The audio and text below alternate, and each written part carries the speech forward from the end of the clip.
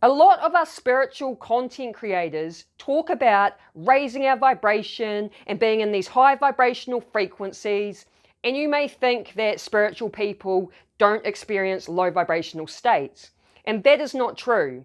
There are times in my life where I feel low vibrational, and I know of other spiritual content creators have moments of being low vibrational as well.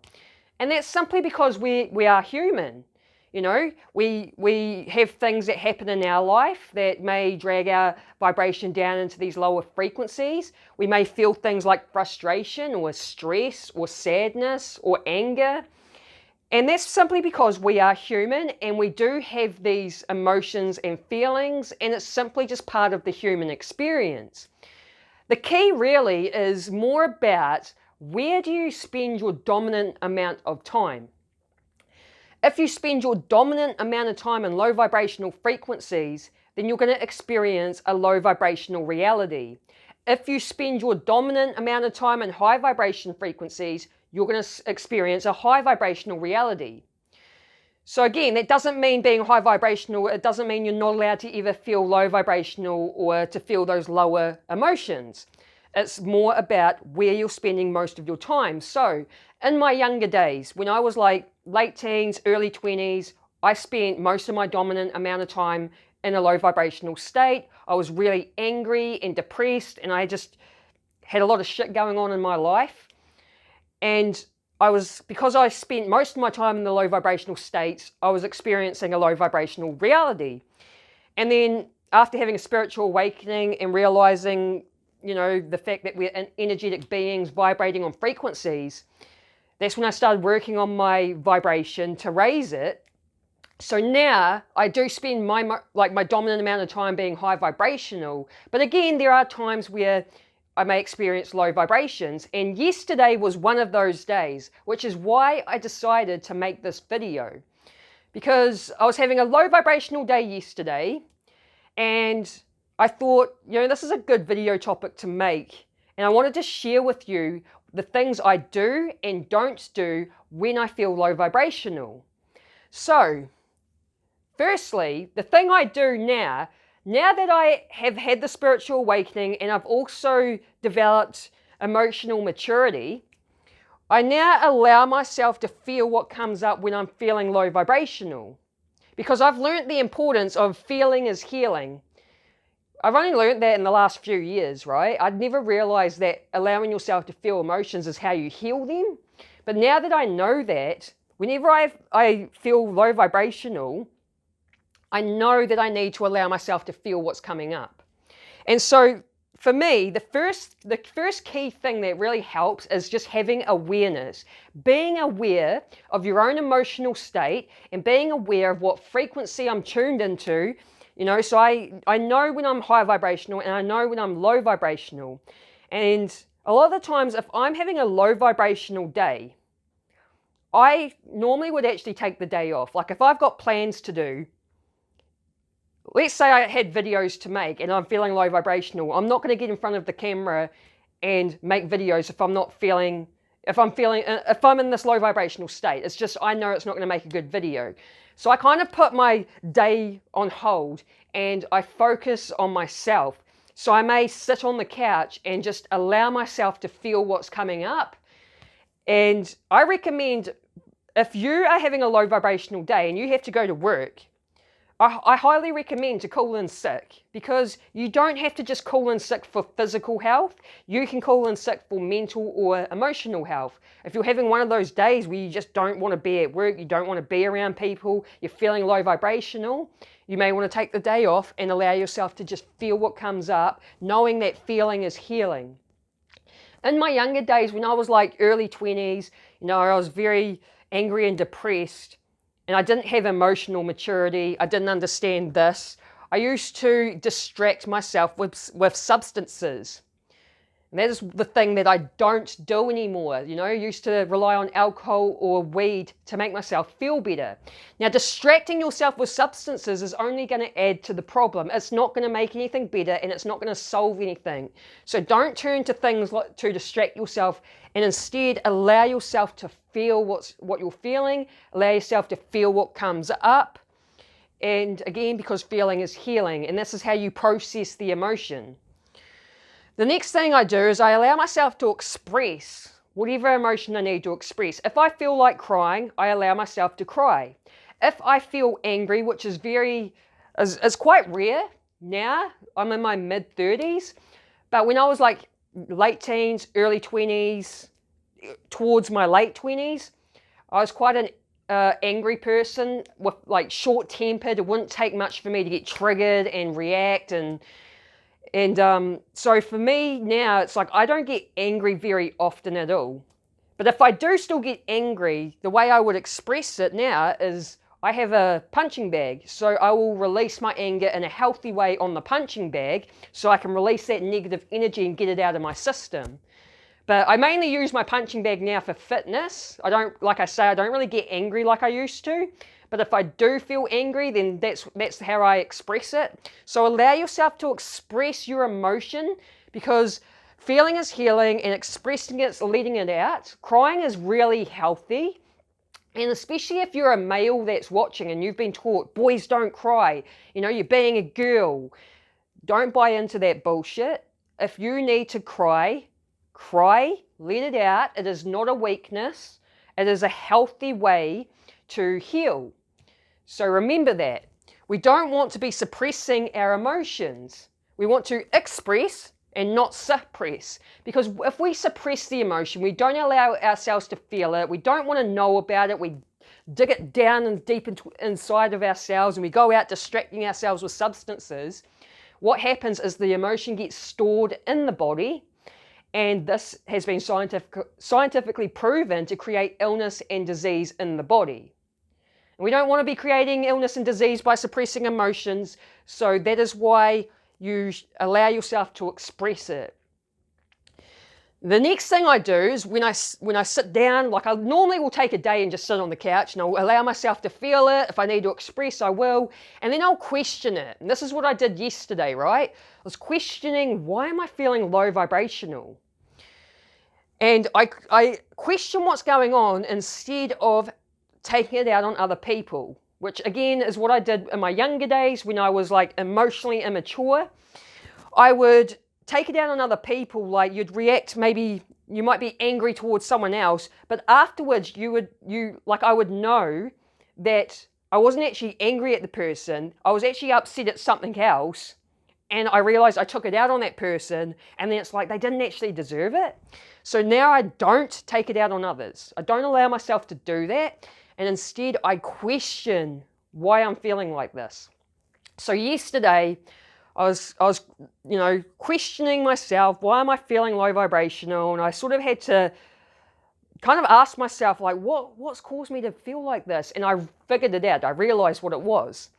And what it was, so for the last couple of months, I've been having an issue with a neighbor's cat that's constantly coming into my house, like being this pest, right?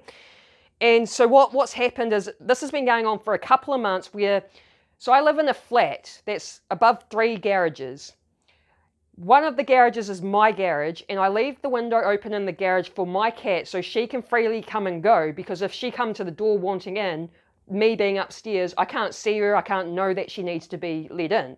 So it's just an easy thing to do is just to leave the window open and she can just come and go. And that's been working great for a year or so or whatever. I've never had any problems until recently, the last couple of months, a neighbour's cat has been coming into my house.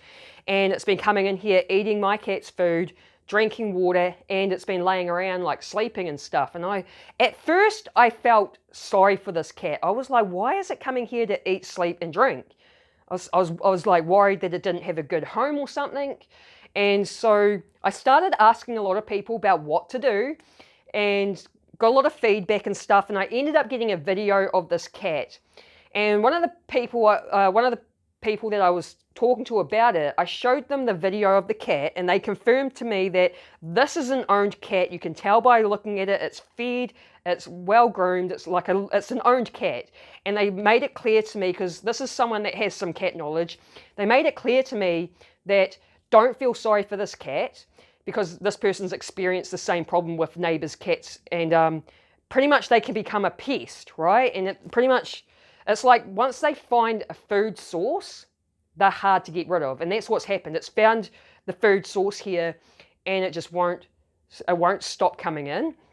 And so this is why I was getting frustrated and low vibrational yesterday, right? Because I've been like talking to so many people about what to do, and at first I felt really bad for the cat, but then it was pointed out to me that this cat's just being a pest, and I actually need to stop it from accessing my cat's food. I also rang the animal people, the SPCA, because again, I still felt sorry for this cat, like feeling like it doesn't have a good home. So I spoke to the SPCA about what to do, and they said the exact same thing that my friend had told me. They said if it's not sick or injured, that basically don't feel sorry for it, it's just being a pest and you need to stop it from coming in and accessing the food. And it can create more problems, like it could start spraying and it could start causing my cat to start spraying and have this territorial issue, and I'm just like, man, I don't have time for this. So I've had to really try to stop this cat from coming in. This has been going on for a couple of months, and it got to the point where it's disrupting my life, it's disrupting my sleep, it's upsetting my cat, and I've been trying my best to stop it by, between me and my cat, we're both chasing it out of the house, like trying to scare it out, like to make it clear that you are not welcome here. It still comes back. I squirted it with water, which I did double check with the SPCA people, and they said, yes, do that. So I've been squirting it with water and scaring it out. You know, I got woken up in the middle of the night. I get woken up every night. Like I have a broken sleep every night for the last couple of months, which is what's starting to kind of upset me a bit because it's stressing me out a bit. It's upsetting my life, my routine. I wake up tired in the morning half the time. Like I have a video planned, I'm waking up tired, and then I won't do the video because I'm too tired to be in front of a camera. Like it's really being disruptive to my life, and it's starting to frustrate me and stress me out a bit. That's what I was feeling yesterday, and it's because it got to the point where I'm literally in the evenings hiding out in my house, like going to war with the cat with the water pistol, like because it comes in when the house is quiet. So I go to bed early and then I wait out with the water pistol because I know it's going to come in, and then I'm having to squirt it to try to like put an end to this whole thing, right? And so I woke up yesterday morning after I squirted it real good the night before. I got it good, and I thought, oh, I hope it's enough to make it stop coming here. And I woke up yesterday morning. This is when I started questioning why I was feeling like this. I realized the first thing I did in the morning was I checked my cat's food bowls. Normally I have this positive, powerful morning routine that I do, like meditation and gratitude and exercise. It gets me in a really good state. But I started my day by checking the food bowls, and I noticed her food bowls were both clean. And I thought that cat's been back, because my cat never cleans out her food bowls. There's always food in there. And I just thought, oh my God, is this cat being back again? That's what kicked me off being frustrated and stressed. That's what's put me in the low vibration for the day. And that's because the first half an hour to an hour of your day is the most important part of the day, because it sets the tone for the rest of the day. So here I am starting my day with this frustration and stress, feeling like this cat's been back in the middle of the night, eating her food after I've been chasing it out and squirting water at it, trying to stop it from coming in. And so when I was questioning it, I realized that's how I started my day. And I was like, okay, so what am I feeling? I'm feeling frustrated and I'm feeling stressed. Why am I feeling frustrated and stressed? I realized I was feeling frustrated and stressed because no matter what I'm doing, this cat won't stop coming here. It just keeps coming back. And it's making me feel like I'm out of control of the situation, which is where the frustration and stress is coming from. Because it's like, it's invading in my house, it's invading in my cat's territory, but I'm getting a disrupted sleep every night, because half the time now, when I go to bed, I just shut the doors to the lounge and the kitchen so that both the cats, my cat and the neighbor's cat, can't get to the food. So I can go to bed at night knowing that it's not going to come in sneaking into the food, because that's the main thing I need to do, is just completely cut it off from the food source. But the annoying thing is it means my cat can't access her food, so she'll wake me up in the middle of the night, which is fine. That's why I've closed the door, because I know that she'll come wake me up. So I literally every night I'm getting up in the middle of the night. I don't even know what time it is. I'm half asleep. sorting out her food, and then go back to sleep, and then I get up again because I'm just constantly being disruptive. And so I realize it's like I'm feeling all this frustration and stress because I just feel out of control. It's like no matter what I'm doing, I can't stop this cat. And then what actually ended up happening is I realized, because I questioned it, I realized why I was feeling like this. I did some digging deep into myself, and then I realized I got myself out of the low vibrational state because I reminded myself that I've made progress. So what has happened is the cat's gone from coming in here, acting like it owns the place, like it will just waltz in here during the day or night. It didn't matter if I was even in here. Like it came in one day when I was standing in the kitchen. I was making a cake for my my nephew's birthday. And I was standing there making the cake, and because this cat is the same color as my cat, they're both black cats, except my cat's short-haired, this one is long-haired. I saw it out the corner of my eye and just assumed it was my cat, and I carried on making the cake. And then when it goes to leave, and I went to, because I thought it was my cat, I went to say something like, hey, you're not going to come see me, or you know what I mean? Like, that's not like her just to walk in and walk out. And then as I went to say that, I was like, that's not even my cat. Like, what the? It just waltzed on in here like it owns the place. So I reminded myself I've made progress. This cat used to also lie at the top of my stairs. Just lay down, just chill. So now it's gone from walking in here like it owns the place to it doesn't come in here during the day at all now.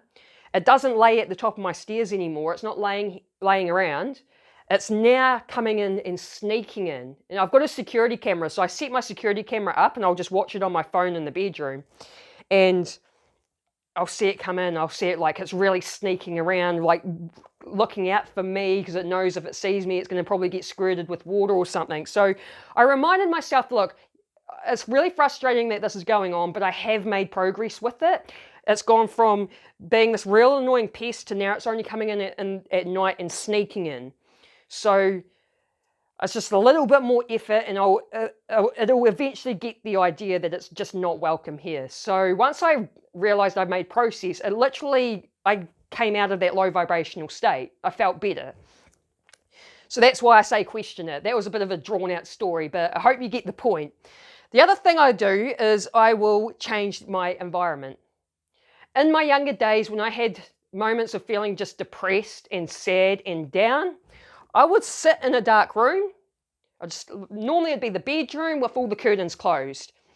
And I don't do that anymore because it's sitting in an environment like that, sitting in a dark room with the curtains all closed, it just fuels that depression.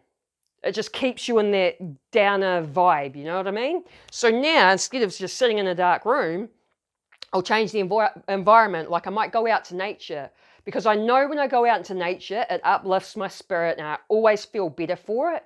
So I might go do that. I might go for a walk around the block. Sometimes I do that just to get outside, get some fresh air, get some sunlight, move the body, go for a walk around the block, and I come back feeling better. Or you could change the environment by doing simple things, just like running a bubble bath. I can't really do that here because I don't have a bath. But now, my sister who lives 2 minutes up the road, she gave me a key to her house because she's got this really cool spa bath. And her and her partner work night shifts. So she's like, man, you can come over here and use my bath whenever you want. So now I have the option of going and having bubble baths. But that's what I mean. Like just simply changing the environment can make you feel so much better rather than doing what I used to do, and that's just sitting in a dark room. And the last thing I do when I feel low vibrational is I'll consume positive content. The reason I consume positive content is because I know that energy is contagious. So if you're watching high vibrational people, like videos of their content, for example, one of my go-to high vibrational people is Gary V or Gary Vaynerchuk. He's just such a really high vibrational dude, man. He's just got a really good mindset and it always uplifts me when I watch his content. So again, it's because energy is contagious. You watching people with this positivity, positive mindset, and just putting out this positive content, it just simply uplifts me and puts me back into a high vibrational state. Another thing you could do also is affirmation videos. You could put it on an affirmation video and just start saying these affirmations to help you change, shift yourself out of that low vibrational state. And the last thing that I don't do is I don't allow myself to have a victim mentality. I used to have a victim mentality when I was younger, like, you know, the poor me, the pity party, feeling sorry for yourself. I don't allow myself to be that victim anymore. You know what I mean? I don't have pity parties. I don't feel sorry for myself. I don't beat myself up. I don't judge myself for it. I just don't allow myself to have any type of victim mentality because I know it doesn't serve me. So those are the things that I do and don't do when I'm in a low vibrational state. If you found value in this video, let me know by smashing the like button or write a comment. And you could even write in the comment section what you do to get yourself out of a low vibrational state, because I would love to read it. If you like this sort of content, then subscribe and hit that bell notification. I hope I see you on the next video. Have an awesome day. Peace.